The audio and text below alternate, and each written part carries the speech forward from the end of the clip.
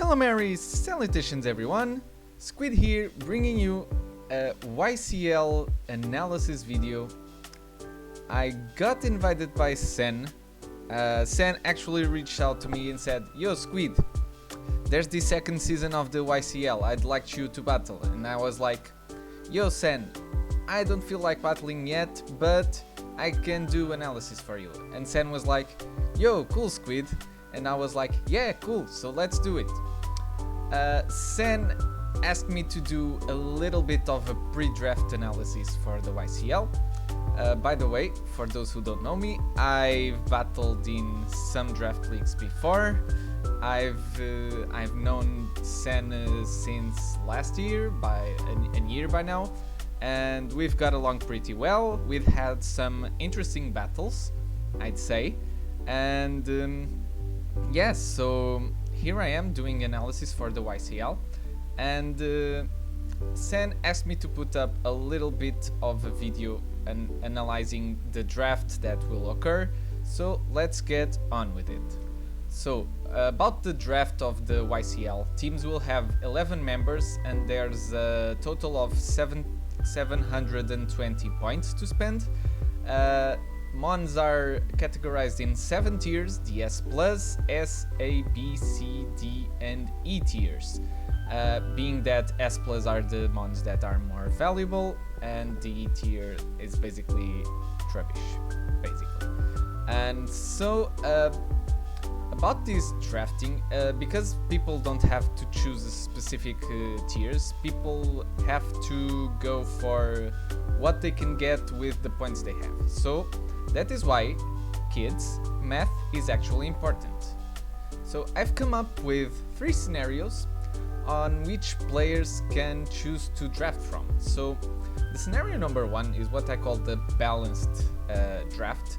It's like you get a mix of mons from basically every tier that you have, and the team will be very well rounded and very balanced. So you can get 1 S tier, 2 A tiers, 2 B tiers, 2 C tiers, D and E. So it's basically 2 from each tier except S plus an S.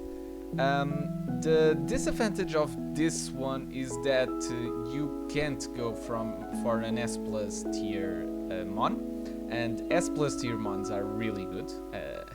This draft could be quite interesting for some people that are not first picks. So say like you are the YCL will have 16 coaches, say you are like the 15th overall pick.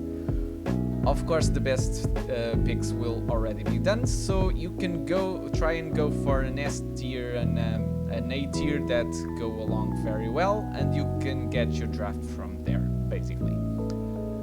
The second scenario I came up with is the top-heavy scenario, and this one involves you getting as much high-tier possible tiered Pokemons as possible. So you can get 1 S plus, 1 S tier and 2 A tier mons.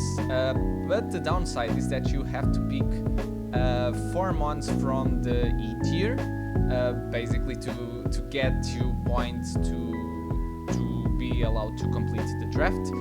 So that may make your team very predictable, so you have to think twice before getting those really high tiered mons.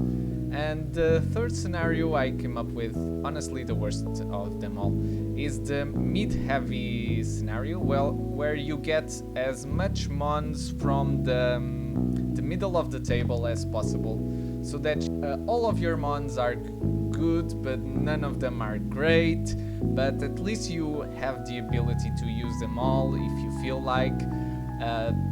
I think one of the other 2 options is honestly the best one, so I wouldn't bother going for the third scenario. Going a little bit around the tiers, you can have a look at in the draft document of the YCL. I'll see if Sen lets me leave a link in the description, but I'd like to start with the first pick worthy mons. what I call them almost Zacians, because they are almost as good as Zacians. So these are these mons that if I'm the first pick overall, I'll definitely pick one of these. And there's some S tier mons that I would rather pick before some S plus tier mons, because that 20-point difference might make a big difference down the line in the draft. So to me, the mons from S plus tier that I would definitely grab as a first pick are Tapu Lele, Blaziken, Celesteela, but if I had a chance, I'd definitely grab Landorus Incarnate. Landorus Incarnate hits so hard. It can be a mixed attacker, which makes prepping for it really difficult, and it has an amazing ability in Sheer Force. You see how Nidoking is a terror when it has a Life Orb. So imagine Nidoking hitting even harder. That's the type of power of Landorus Incarnate. I don't see this mon being available that long. I think it goes down like second pick overall or something like that, or third pick if someone is crazy enough. And from the S tier, Landorus Therian, who would have thought? Mew and Tapu Koko are my best picks for that tier. And my bold prediction for these mons is that they will all be drafted in round 1, of course, and Mew, if it doesn't get drafted in round 1, it probably won't get drafted at all, because Mew is a really difficult mon to use well, so people may stray away from it because of that. Now we'll talk a little bit about the value picks that each tier has. The high tiered mons that are value picks, I call them the Dragon Danced Garchomps. Garchomp doesn't learn Dragon Dance, but if it did, it would be broken as hell, and it's a good thing he doesn't. The three from S tier are go without saying, I've talked about them already. So from the A tier, I'd like to mention Salamence, Dragonite, Corviknight, and Blacephalon. Blacephalon is an Ultra Beast, and Ultra Beasts have a really broken ability and broken stat distribution, so join that with the fact that Blacephalon can learn an 150 base power move, and its wall breaking capabilities are off the charts. Besides that, since it has that amazing ability, it can potentially sweep teams with relative ease, so people have to watch out for that. As for Corviknight and Dragonite, I would classify them more as balanced mons. Corviknight more on the defensive side with defog capabilities, momentum, walling abilities, and Dragonite, because of its ability, may still be a bit wally, but in most cases it will be a setup sweeper, because with multi-scale you can almost guarantee get a Dragon Dance off and start sweeping from there. Salamence is more offensive oriented than Dragonite, and it has a higher special attack, so you can run it both physical and specially offensive. My bold prediction for these mons will be that they will be all drafted before the end of the round 2. Next we have the mid-tiered value picks, the ones I call better than Regigigas. From the B tier we have Celebi. Celebi is a great U-turn momentum user. It has a balanced stat distribution which allows it to fill many roles, and it also has Stealth Rocks. Speaking of Stealth Rocks, we have Copperajah, but the main reason it's here is because it's the kill leader in many leagues, and it's in B tier in these leagues, so it's definitely a pick to watch and be aware of. By the way, my bold prediction is referring Copperajah, and I say that he will be drafted before his team's A tier, and I think that will be around round 3 or 4. 4 tops. I think Copperajah goes out round 4 max. So the other 2 mons are Among Us, which is a very good defensive wall, and but that doesn't mean you can discard its offensive capabilities, and it also has an annoying spore that you have to definitely deal with. And as the last value pick from B tier, I went for Pincursion, because Pincursion is a terrain setter that is often overlooked, and it also has spikes and toxic spikes both, so you can also take advantage of its hazard setting abilities. As for the C tier, I went with 2 friends of mine, Quillfish and Palossand. I love me some Quillfish. I was really surprised by Palossand. I used it in the last season of my last draft league, and I was amazed by both of these mons because they function really well for the tier they are in. Putting them in B tier will be a bit too much, but they're definitely value picks in the C tier.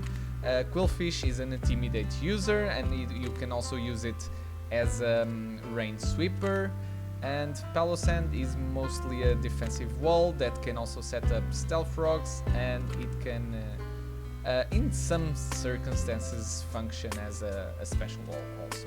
The 2 mons that I want to refer also from C tier are a bit different. Xatu is mainly because of its magic bounce ability, which is really good to have in a meta that is dominated by hazards. And the last mon is Crobat, because Crobat is a much versatile mon that people give him credit for. So it's a great pivot, it has defog, it can run both physical and special sets, so you kinda have to be prepared for what it can do.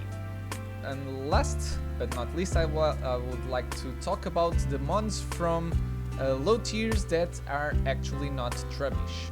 So in D tier we have Lurantis. I got wrecked by Lurantis in a previous draft league to get eliminated in playoffs. I know very well what it can do, and if people don't prepare for it, it will wreck you. Electivire, it has a great move pool for its tier. It's very versatile in that sense. Respectable attack, but it doesn't have much more to go from that. But it does have an electric immunity, and that's may come in handy against some mons. And Phalanx, because no retreat, so I don't know if I can honestly say anything more than that, but an Omni boost is an Omni boost, and it should be respected. And from E tier, guys, I honestly didn't find anything else besides Clefairy. I've looked into the E tier, and the mons from there are basically not fully evolved mons, or mons that are really trubbish.